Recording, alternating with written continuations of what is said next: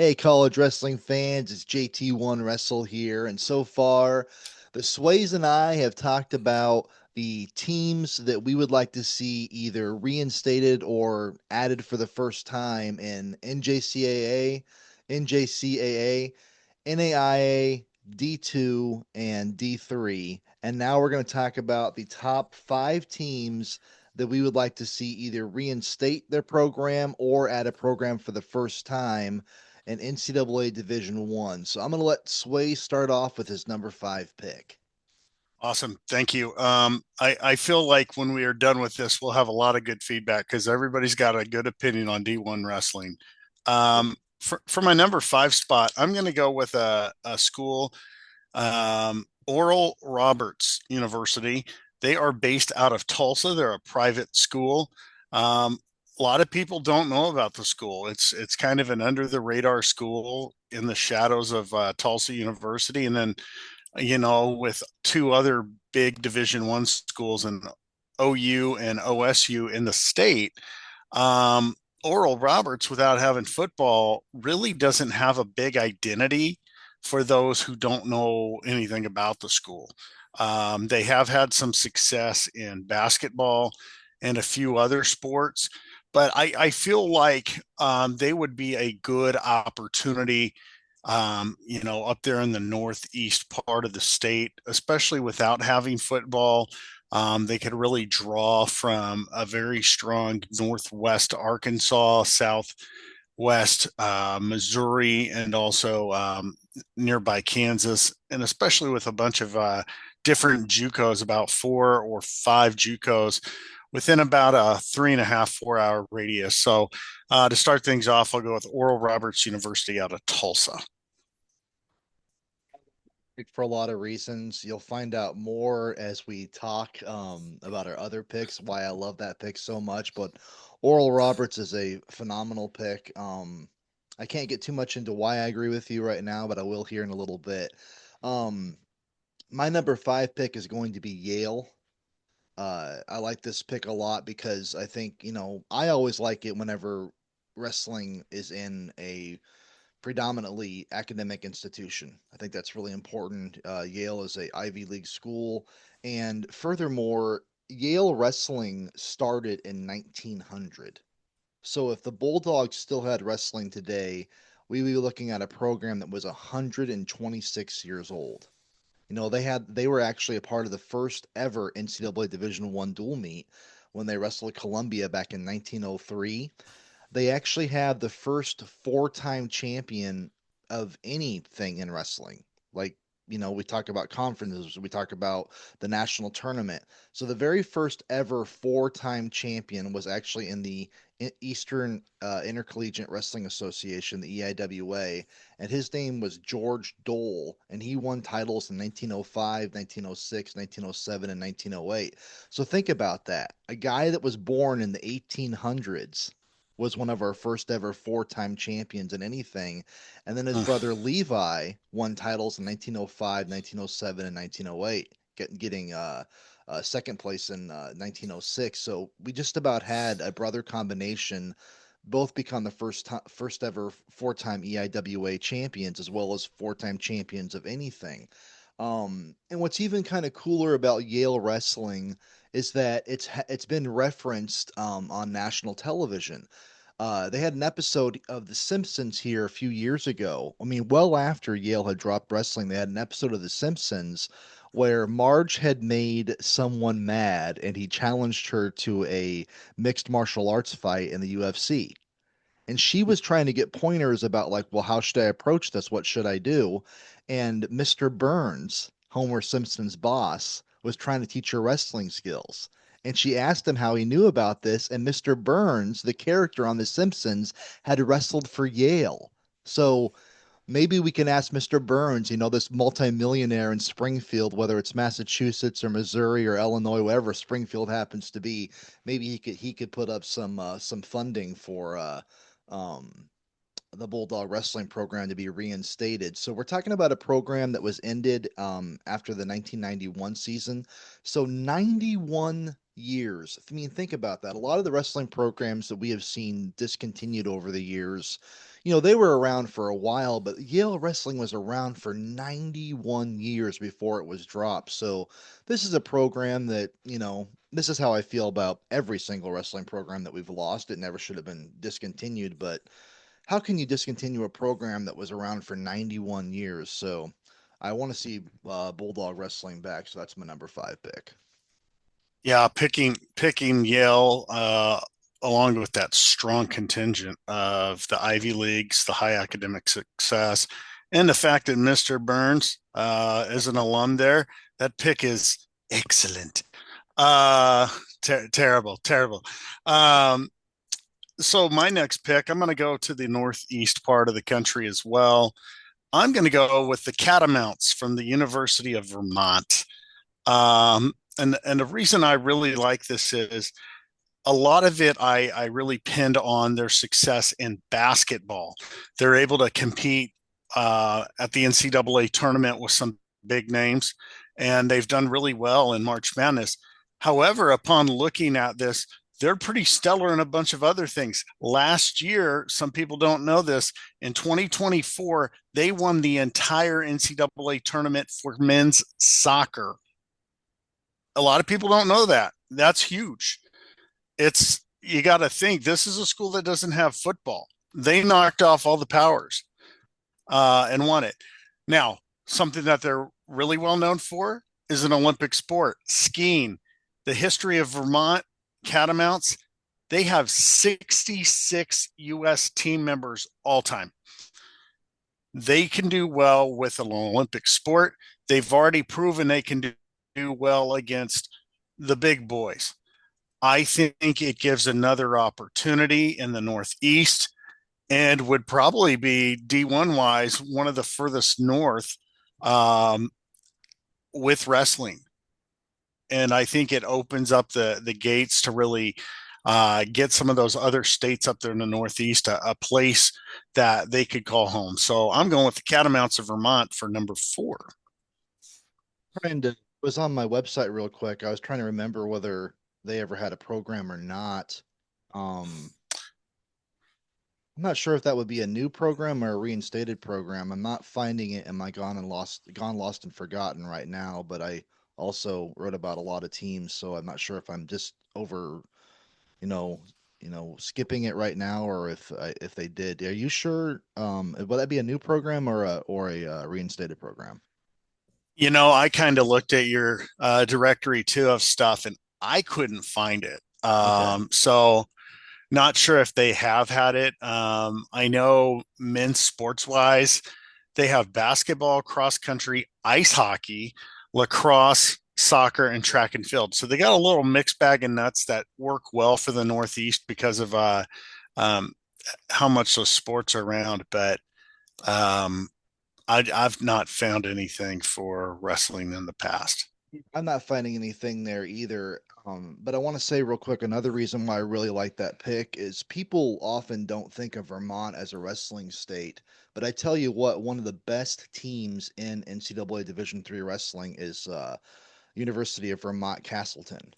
Mm. And Castleton, they constantly every single season have qualifiers. They have um, NCAA Division III All Americans, and a lot of their kids are from Vermont, are from the nearby area. So that proves. I've often made the argument sometimes that the reason why you don't see more kids sometimes excel in wrestling is because they don't have the opportunity to wrestle at home. And so if I think Castleton, helps to prove the point that if you build it, they will come. And I think we could do the same thing with the D1 school with the University of Vermont. So I love that pick. Um, my number four pick is actually going to be the University of Tulsa.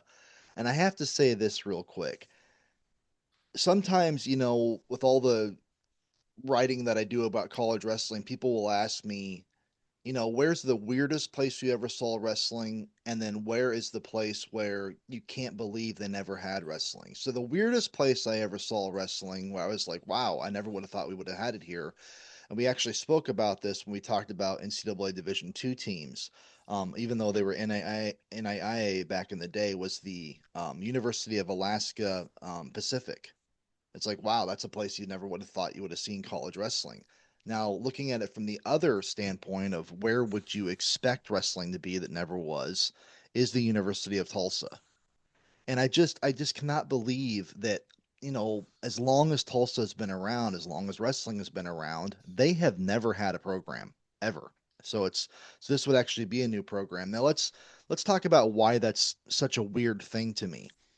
If you go back and look at the history of NCAA Division I wrestling, back from 1927 up until today. So, that's a period of 99 years, correct? You will find all sorts of NCAA Division I champions that are from Tulsa. Vernon Wagner, Merle Jennings, Gail Mickles, Tommy Evans, Fred Davis, Rod Kilger, um, and I could sit here and probably name names for another 10 minutes of NCAA Division I champions that are from Tulsa. You're only an hour from Oklahoma State. You're only an hour and a half from Oklahoma. And then on top of it, look at the best wrestling schools in Oklahoma. Broken Arrow, 19-minute drive. Sand Springs, 10-minute drive. Cowell, half-hour drive. Collinsville, half-hour drive. Wagoner, 45-minute drive. So the idea of Tulsa getting a wrestling program and being able to immediately become seeing cowboy wrestling, seeing, uh, you know, um, Sooner wrestling, and even, seeing Bronco wrestling with Central Oklahoma, Hurricane wrestling would, I can guarantee you, if Tulsa started a program, give me 5 years, and we're looking at another powerhouse in Oklahoma and in the NCAA Division One. Cool. Cool. Yeah, I think we both agree that that Tulsa vicinity has to have wrestling. It At the would be D1 level. We don't at we the don't want, D1. yeah. Yeah, If you at the want to, D1 level. yeah. Because Um, yep. Hmm. I Uh, think it provides a lot of opportunity. Now, going that route, a little follow up real quick. Where would you put them conference wise? I know personally, having seen the success that Missouri had when they went to the MAC, I wouldn't mind seeing them in the MAC and get away from Oklahoma State and OU. yeah, that's a really good question. I could even, since geography no longer matters in conferences, if they were to add, I might even put them in the Pac-12, Oh, just so we can save that conference, because I don't know, I really don't know, and I've asked a couple different experts, I've gotten a couple of different answers. I mean, is that a conference where will eventually become like the Colonial uh Athletic Association, where it just goes bye-bye here pretty soon? Or I really don't know. yeah. Hope not. Hope not. But we'll see what happens.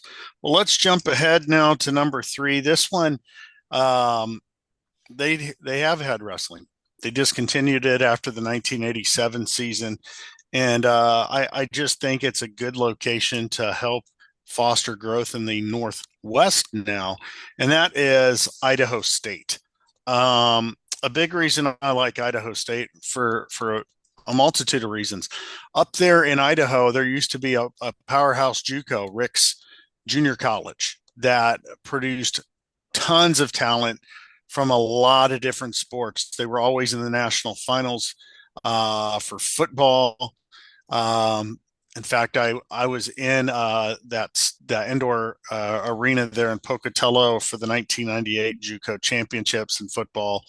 Um, and the thing I also like is they have a good coaching tree that came out of there. David Pacheco, who was at Sac City for years, I believe now is in his first or second year of retirement and enjoying that. And then Bruce Burnett, longtime Air Force coach. So you've had great talent come out of there into the coaching world and give back to the sport. And those guys were tough as snot when it came down to it as wrestlers. Plus, just the other thing that really gets to me, and I've seen photos. They hold the state wrestling tournament there every year in that big dome. And I honestly think it wouldn't take much to get a campaign going where everybody's wearing Reinstate Idaho State shirts on the weekend of the state tournament. Maybe somebody could even set up a booth or two. That's one that I really like. I did waver after I went to pick that about rival Idaho, because they have a very well rostered NCAA team right now with 18 members. But I just feel really drawn to Idaho State based on nostalgia, history, and the proximity to a lot of good wrestling. Well, speaking, you were talking about NJCAA. I just want to add here real quick that the Swayze wasn't lying, the kind of talent that Rick's produced. If you're curious about some names, how does the name Rulon Gardner strike you? Olympic Yeah. gold medalist and Olympic bronze medalist. He started his career off at Rick's College. And another reason why I really love the pick of Idaho State is that right now we still have NJCAA powerhouse North Idaho. They're still around and they're still doing great and they're still doing great things for our sport. But with Boise State dropping, the state of Idaho no longer has any Division I presence. So we got to bring one of them back, whether it's Boise State or Idaho State. I would love to see that. And for those of you that aren't aware of this, Idaho State was a tough team. We're talking about a school that won 8 Big Sky conference titles. So, these guys were no pushovers, and because I think sometimes wrestling fans get the impression that when a wrestling team is discontinued, it's because they're not successful because they're not producing. This was not the case with Idaho State. Idaho State was a good team that had NCAA qualifiers year in and year out, and if they weren't winning the conference, they were usually in the top three. So I do like that pick a lot. Um, my next pick for my number 3 team is probably going to be one of my more odd picks. It's going to be the Arkansas State. Can't remember if they're called the Wolves or the Wolf Pack, but what makes this really interesting is they actually, believe it or not, they did have wrestling. They had wrestling from 1948 to 1953, and they had a dual record of 37 and 18. And then they also had 6 NCAA Division I qualifiers during that time. Now, what I want to say about Arkansas State is this is where the legendary Harold Nichols, a guy that won multiple NCAA Division I team titles for Iowa State. He was at Iowa State from 1953 to 1985. This is Dan Gable's college coach. This is Ben Peterson's college coach. So, he coached a lot of NCAA Division I champions, coached a lot of future Olympians and Olympic gold medalists. It begs the question, if he had stayed at Arkansas State, could he have built up that type of wrestling? I don't think so. But it makes me kind of wonder though, because like you would have had nearby Oklahoma, which has a lot of great wrestling. So I would have liked to have seen what I just can't help but wonder if Harold Nichols had stayed at Arkansas State, would we have had to have waited until 1999 or whatever year it was, or maybe it was 2009, before we even got wrestling into the high schools in Arkansas, which then blew up into NAIA programs and then NCAA Division II programs, and then finally NCAA Division One Little Rock. Would we have had to have waited that long to have seen that type of presence? I'm sorry about the crying in the background. That's my dog. She's wanting attention right now. So it's a little distracting. Sorry about that. But yeah, that's my pick there. Uh, and here's another thing that I want to say too, that I think about Arkansas State real quick. So you would have I'm really sorry about the dog crying in the background. You would have so at Arkansas State, when Harold Nichols went over to Iowa State, he was one of the first ones to be known to have blacks, to have Hispanics, and to have other minorities on his wrestling team, which I think he would have been able to build even better in the South because you know as well as I do that race relations have always been better in the North than what they've been in the South. So it would have been neat to have seen if he could have built the same type of atmosphere and the same type of community in Arkansas State that he was able to build in Ames. I think that would have been interesting to have seen that as well. And it's just one of those programs where I wonder, the program was dropped, 32 years before I was even born, but I do wonder what would have happened if they would have stuck around. And I'm sorry about all the background stuff. I had a dog whining at me. Hey, that's okay. I'm not picking it up on my headset, so it might be so high pitched that maybe nobody's hearing it except for you. So, um, that Arkansas State pick, something that a lot of people don't realize, if you ever get the chance to go onto the NWCA website, it's absolutely brilliant where they have the where to wrestle map. There is a huge desert in that area. They are an hour from Memphis, Tennessee. And if you go through a whole swath, there is no type of college wrestling opportunity really in a big radius there. I think I figured out about 2.5 hours that there's nothing. Um, in the location, yeah, it's an hour from Memphis. Geography wise, it threw me off. It's only 80 miles from Poplar Bluff, Missouri. And I'm going, wait a second, Missouri, Tennessee. I mentally I couldn't figure that out until I looked at a map. So, all right, let's move on. My number two is the University of Wisconsin at Milwaukee. Um, there's a lot of reasons I like this. So, in the state of Wisconsin, there are four Division I schools. Three of the four do not have football.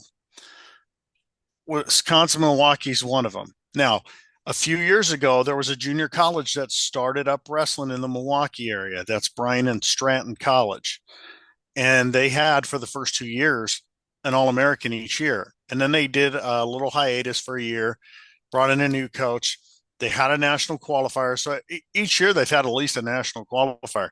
I think the Milwaukee area, you get some kids with chips on their shoulder that would do very well. But the other reason I really am looking at a school in Wisconsin is I know there have been some very vocal individuals about whether or not Wisconsin, Madison, is doing enough. Are they doing well enough? I personally think Coach Bono's doing pretty darn good in a lot of facets.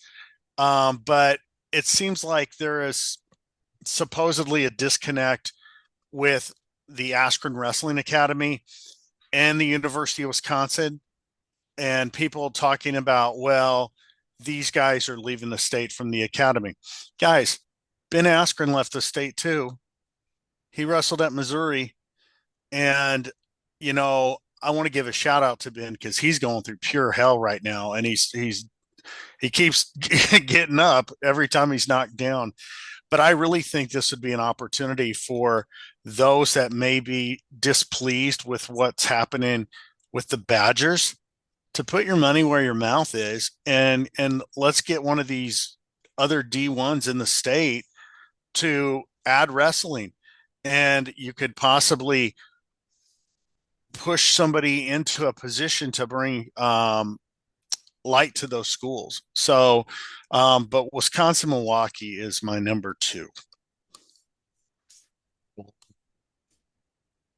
Negative here at all, but what you saying, put your money where your mouth is, and if you're going to complain, it's kind of like the whole, those people that complain about politics, if you're not going to vote, you don't really have a voice. It's kind of a similar situation there. And I got to say, you're kind of bringing up some memories here about Marquette for me. Because the situation at Marquette was pretty much if they would have had some backing, would have had some more funding, and had people that actually cared about the program, that was a program that they kept on. I don't know if you remember what it was like back then, but Marquette was like, we're gonna drop. Oh, we're gonna be saved. We're gonna drop. Oh, we're gonna be saved. you know what, we're saved after all. I remember they hired one of my favorite wrestlers when I was a kid. Do you remember Victor Saveda from the University of Indiana, Yep. two-time All-American for the Hoosiers? Shout out to him too. He's been trying to make it as a musician for years. So if you ever have an opportunity, go on YouTube and look him up and listen to. If you're into folk music, he's a really good singer, writes some really good songs. But getting back to him, they had just hired him as an assistant wrestling coach, and they were talking about how our program's going to be saved. You know, we're going to start doing better, and literally, I think within 6 months, done. You know, so yeah, what you had to say there about putting if you're not happy with what's going on with the Badgers, they should. University of Wisconsin Milwaukee Marquette, or is the other one Wisconsin Green Bay? Is that the other D1? Yep. Yep. So, we could see wrestling one of those places as well. Let's look at JT1 Wrestle's number two pick here. This one's a very personal one for me. I'm going to go with the University of Drake in Des Moines, Iowa. I lived in Des Moines for a period of time, and it's so weird to see a college in the Hawkeye state that doesn't have wrestling, especially Drake. Now, Drake did have a wrestling program from 1960 to 1993. Head coach, the legendary Lonnie Timmerman. In those 23 seasons that Drake had wrestling, he sent multiple wrestlers to the NCAA championships 20 out of 23 years. And you got to remember, this was back in a time when we probably about 150 wrestling programs. So when people are like, I don't think people realize today what it means to actually have an NCAA Division I qualifier. People are always thinking about all Americans. But if you go back in time, you still have the same number of qualifiers, but a lot more teams. So the idea of qualifying wrestlers to the national tournament 20 out of 23 seasons, that's actually very, very good for the time period. Another thing I want to say real quick is that when they were discontinued back after the 1992-1993 season, their dual record that year was 23-3.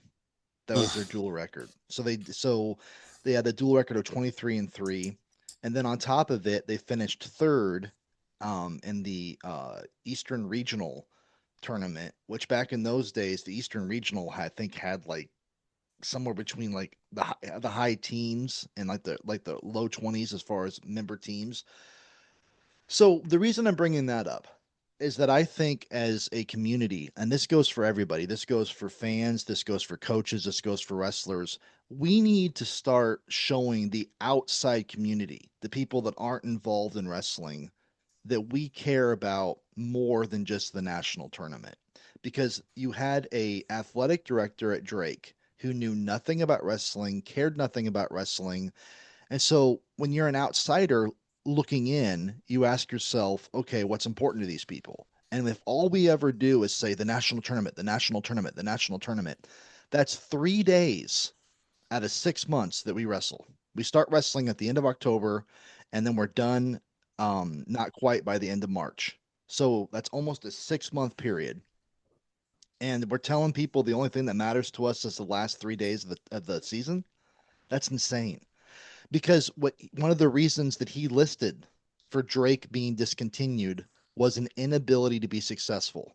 An inability to be successful. Why are you saying that? Well, they're not winning national titles like Iowa is. They're not having multiple Americans the way Iowa State is, and that means that they're not successful. 23-3 dual meet record, finishing third in their conference, and that's not successful.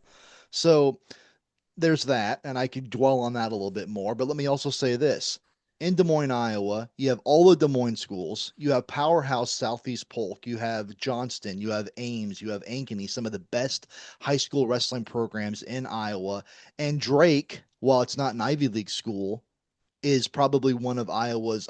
I would rate Drake academically probably just slightly below Grinnell. That is a tough academic school. So we want to see some of our smartest kids go to college. We don't want to see them leaving the state and going somewhere else. Let's have a program at Drake and have them wrestle for the Bulldogs. So that's my number two pick. Excellent pick. And you talk about being there in Des Moines.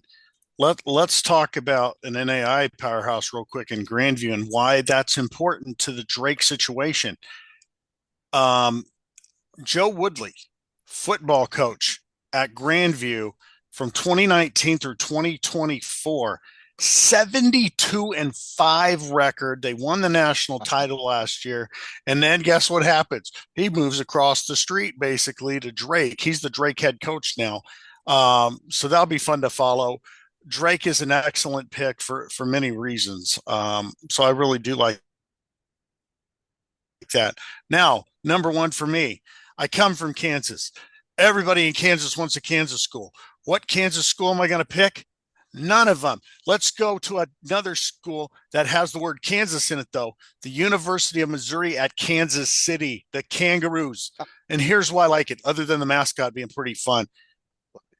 If you look, the closest D1 opponent would be the University of Missouri. They're almost 2 hours away. After that, you've got to go all the way to University of Nebraska, which is about maybe 3.5 hours. That Kansas City area is rich on talent, both on the Missouri and the Kansas City side. They have shown in that area that they do want growth. Avila at the NAIA level was created a few years ago. There's several other non D1 programs in the vicinity that have done well, and the talent that you see coaching now in D1. Joe Johnson, Air Force, as one of their top assistants. Neil Airsman, Little Rock. I wouldn't say that if UMKC added wrestling that he'd leave Little Rock. He's got a pretty good thing going there, but I do think it would be intriguing to him. You've got a lot of different coaches out there that I think would jump back.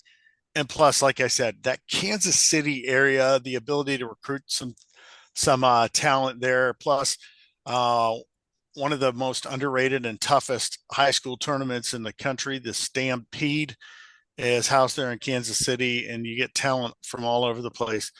I just think UMKC would make so much logical sense, and you'd get support both from people on the Missouri side and on the Kansas City side of Kansas City, that it'd be like shooting fish in a barrel. I think they'd be competitive right away.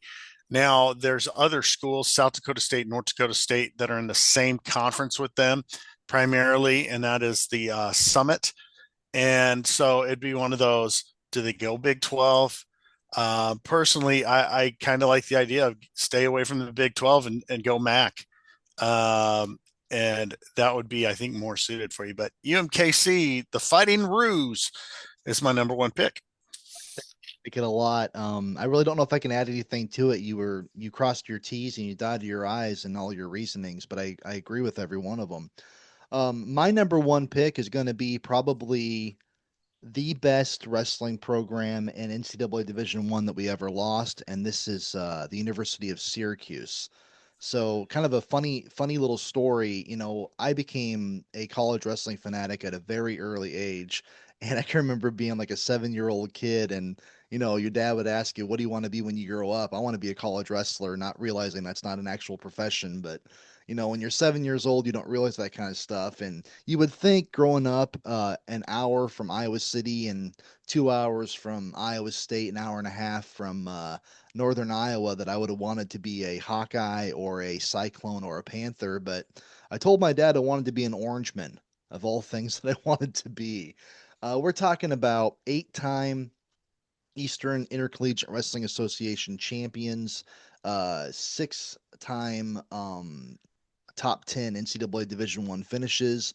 They produced 62 individual EIWA champions, 5 NCAA Division I champions, and 23 All Americans. So we're talking about a school that had a lot of success in wrestling, and not only do you have the tradition and the history, but that's another good area. I would like to see, New York itself is a great wrestling state in a lot of ways. High school, they have a lot of great collegiate presence.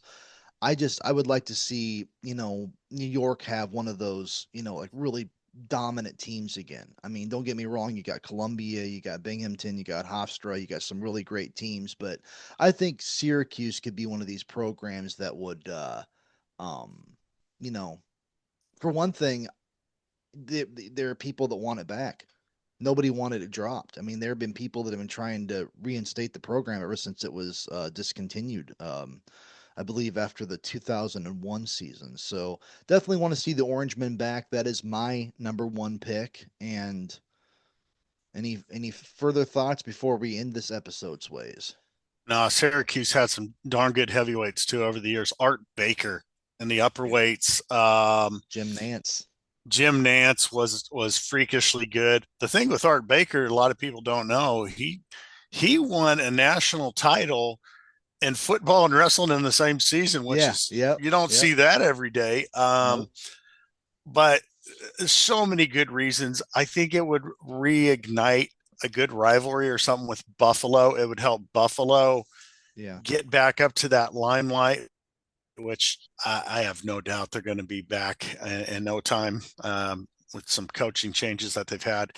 But no, this was a fun deal. I know you and I are really big on our small colleges, but I think it was important to get the D1s, our wish list, whether or not they happen. I kind of look at the model where some of the women's programs are going right now that haven't announced, but are kind of just doing the club level because they're not announcing as NCAA either.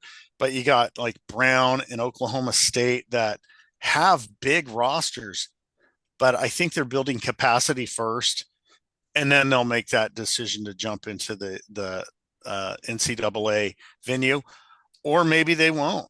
I mean, what really is the NCAA doing you good if it's for training for other things? I really hope they all do join for the women, but I do think for the men, like what Tarleton State's doing, is kind of good. Build that capacity, get eyeballs on your program. So we'll see what happens. Crapshoot of our 10 schools. If any of them add, that'd be good.